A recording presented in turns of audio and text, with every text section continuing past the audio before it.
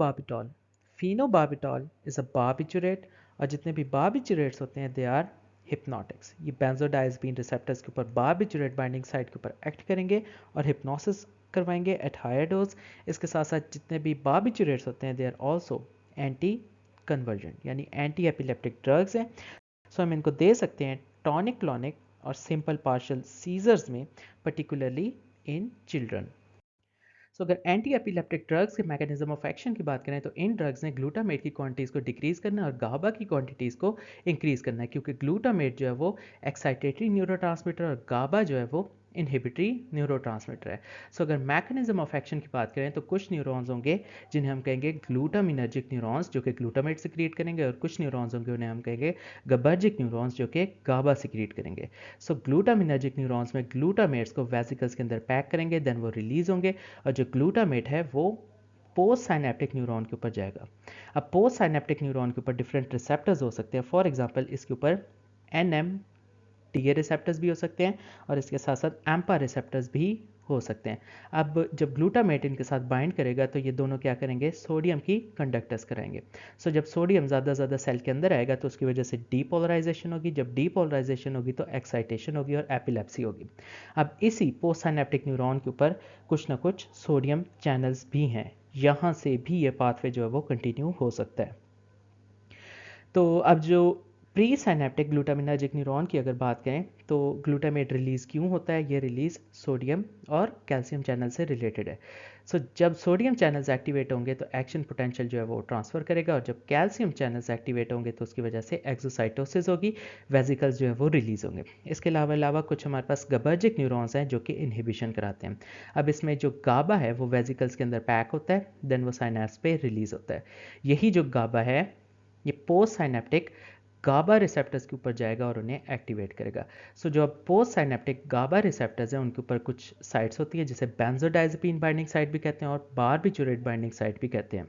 सो गाबा receptor करेगा क्या कि अल्टीमेटली ये क्लोराइड की कंडक्टर्स को इंक्रीज करेगा, ज़्यादा क्लोरीन पास करेंगे, जिसकी वजह से होगा क्या कि हाइपर पोलराइजेशन होगी. हाइपर पोलराइजेशन होगी तो एक्साइटेशन जो थी उसकी इनहिबिशन हो जाएगी और हम कहेंगे कि न्यूरोनल एक्टिविटी जो है वो डिक्रीज कर गई, यानी एपिलेप्सी जो है वो ख़त्म हो गई है.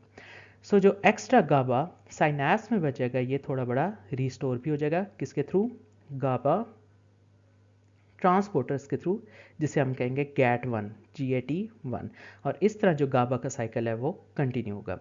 अब न्यूरॉन्स के अंदर कुछ एंजाइम्स होते हैं जिन्हें हम कहते हैं गाबा टी यानी गाबा ट्रांसफरेसिस, जो कि इस गाबा को मेटाबोलाइज कर देंगे to succinic semi aldehyde which is inactivated product. So succinic semi aldehyde GABA का बन सकता है.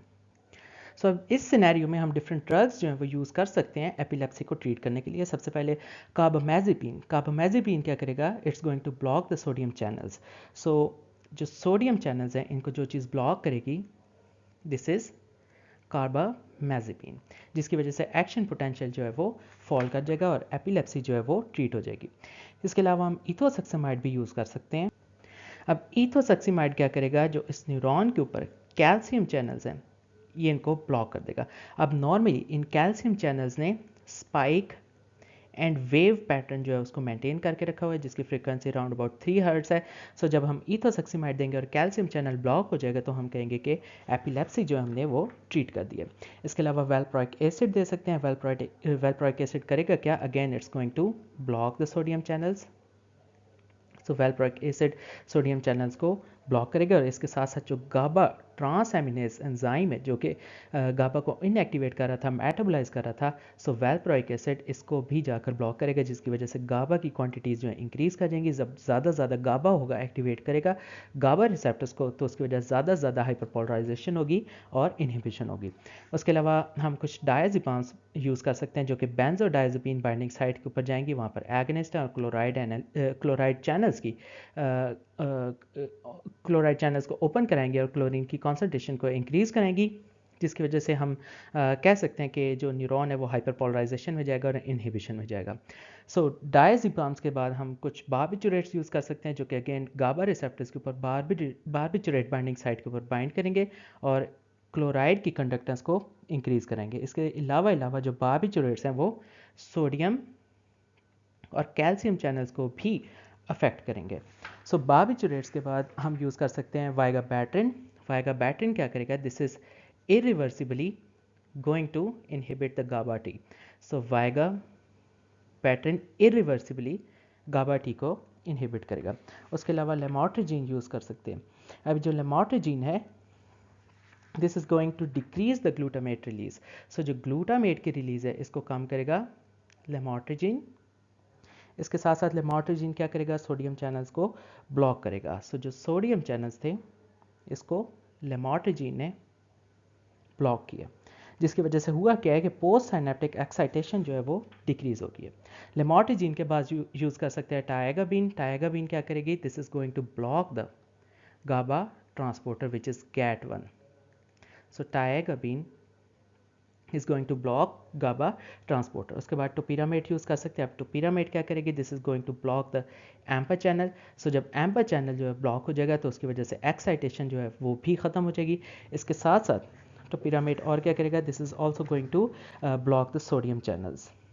तो जो सोडियम चैनल्स हैं इनको भी टोपिरामेट ब्लॉक करेगा।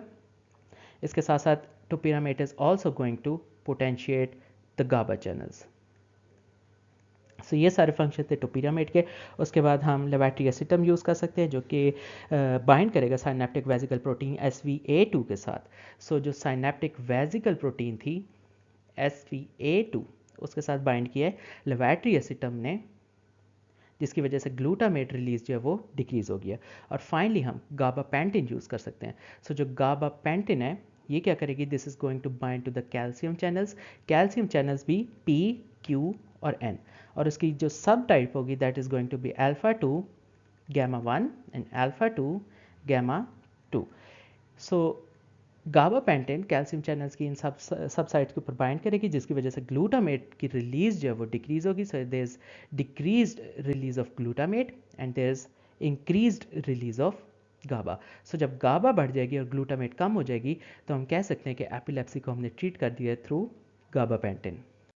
तो अगर स्पेसिफिकली फिनोबार्बिटोल के मैकेनिज्म ऑफ एक्शन की बात करें तो हमें पता है जो गाबा ए रिसेप्टर होता है उसके ऊपर बार्बिचुरेट बाइंडिंग साइट होती है, जिसके ऊपर बार्बिचुरेट्स जो हैं वो आकर बाइंड करते हैं, और फिनोबार्बिटोल भी एक बार्बिचुरेट है। इस बाइंडिंग की वजह से होता क्या है कि जो क्लोराइड आयन का चैनल होता है उसकी परमिएबिलिटी इंक्रीज़ करती है। जैसे परमिएबिलिटी इंक्रीज़ करती है तो क्लोराइड आयंस की जो कंडक्टेंस है वो भी इंक्रीज़ करेगी। ज़्यादा ज़्यादा क्लोराइड आयंस जो है पास करेंगे तो हाइपर पोलराइजेशन हो जाएगी। हाइपर पोलराइजेशन हो जाएगी तो एक्शन पोटेंशियल की इनहिबिशन हो जाएगी, और इस स्टेट को हम कहेंगे कि न्यूरोनल एक्साइटेबिलिटी जो है वो डिक्रीज़ हो गई है। इसके अलावा जो दूसरा वे है वो ये है कि सोडियम और कैल्शियम चैनल्स के थ्रू भी बार्बिचुरेट्स जो है वो काम करते हैं। सो हम कह सकते हैं कि हायर कंसंट्रेशन में गाबा रिसेप्टर के बगैर ही बार्बिचुरेट्स जो है वो काम करते हैं, that's because of sodium and calcium channels. तो अगर फार्माकोकाइनेटिक्स की बात करें तो phenobarbital is given orally, majority of the drug is oxidized in the liver while some of the drug is excreted unchanged. Half life phenobarbital की 50 to 100 hours है। Clinical use phenobarbital को हम यूज़ कर सकते हैं टॉनिक क्लॉनिक और simple partial seizure की treatment में, and that particular in children. Toxicity या साइड इफेक्ट में it is highly sedative, megaloblastic anaemia हो सकता है, हाइपरसेंसिटिविटी रिएक्शंस हो सकते हैं, coma, respiratory failure, circulatory failure, dependence हो सकती है, और फिनोबार्बिटॉल जो है वो कुछ हेपेटिक एंजाइम्स की इंडक्शन करवाती है जिसकी वजह से ड्रग इंट्रैक्शंस होने के चांसेस हैं। तो फाइनली अगर सारी एंटी एपिलेप्टिक ड्रग्स को हम समराइज़ करें तो इसमें कुछ ना कुछ ग्रुप्स बन सकते हैं। तो जो पहला ग्रुप है उसमें हम पार्शल और टॉनिक क्लॉनिक सीजर्स जो हैं ट्रीट करेंगे।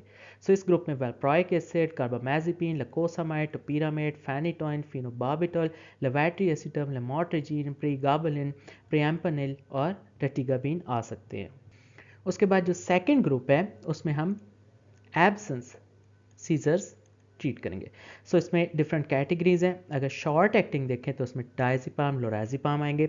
अगर लॉन्ग एक्टिंग देखें तो उसमें फेनिटोइन आएंगे, और जो अदर्स है उसमें फॉस्फेनिटोइन और फिनोबार्बिटॉल आ सकते हैं। दैन एक और थर्ड ग्रुप है जिसमें हम एब्सेंस सीजर्स ट्रीट करेंगे। सो एब्सेंस सीजर को हम ट्रीट कर सकते हैं इथोसेक्सिमाइड, वैल्प्रोइक एसिड, क्लोनाज़ेपाम, लेमोट्रिजीन, लेवेट्री एसिटम और ज़ुनिसामाइड के थ्रू। फिर एक और ग्रुप है जिसमें हम मायोक्लोनिक सीजर्स को ट्रीट करेंगे. So for myoclonic seizures we are going to use valproic acid, lamotrigine, clonazepam, zonisamide, levetiracetam and topiramate. इसके अलावा कुछ और ड्रग्स हैं जिन्हें हम कहते हैं बैकअप ड्रग्स या फिर एडजंक्ट्स. उसमें फैबामेट, गाबापेंटिन, रुफिनामाइड और वाइगाबेटिन आ सकते हैं. तो एपिलेप्सी के अलावा हमारे पास कुछ और ड्रग्स हैं जिन्हें हम यूज़ कर सकते हैं बाकी मूवमेंट डिसऑर्डर्स में. सो मूवमेंट डिसऑर्डर्स में जो पहला डिसऑर्डर है दैट इज़ ट्रेमर्स. ट्रेमर्स की ट्रीटमेंट में प्रोप्रानोलोल, मीटोप्रोलोल, गाबापेंटिन, टोपिरामेट, प्राइमिडोन और बोटुलिनम आ सकते हैं. जो दूसरा मूवमेंट डिसऑर्डर है उसमें हंटिंगटन्स डिजीज़ आ सकता है. सो हंटिंगटन की ट्रीटमेंट में हैलोपेरिडोल, परफेनाजिन, रेसरपिन और टेट्राबेनाजिन यूज़ कर सकते हैं. जो थर्ड मूवमेंट डिसऑर्डर है उसमें टॉरेट सिंड्रोम आ सकता है. सो टॉरेट सिंड्रोम में हैलोपेरिडोल, पाइमोजाइड, क्लोनिडीन, उसके अलावा कार्बामेज़ेपिन और क्लोनाज़ेपाम यूज़ कर सकते हैं. और जो fourth movement disorder that is acute dystonia. So dystonia में बेंस्ट्रोपिन और डाइफेनहाइड्रामीन यूज़ करेंगे. उसके बाद ट्रेव्स डिस्काइनेसिस, उसमें हम ड्यूटेट्राबेनाजीन यूज़ करेंगे और वेलबेनाजीन यूज़ करेंगे. Then finally we have Wilson's disease. Wilson's disease को कहते हैं हेपेटोलेंटिकुलर डिजनरेशन और उसमें पेंसिलनामीन यूज़ कर सकते हैं, डाइमिथाइलसिस्टीन, ट्राइएंटीन यूज़ कर सकते हैं और टेट्राथायोमोलिबडेट यूज़ कर सकते हैं.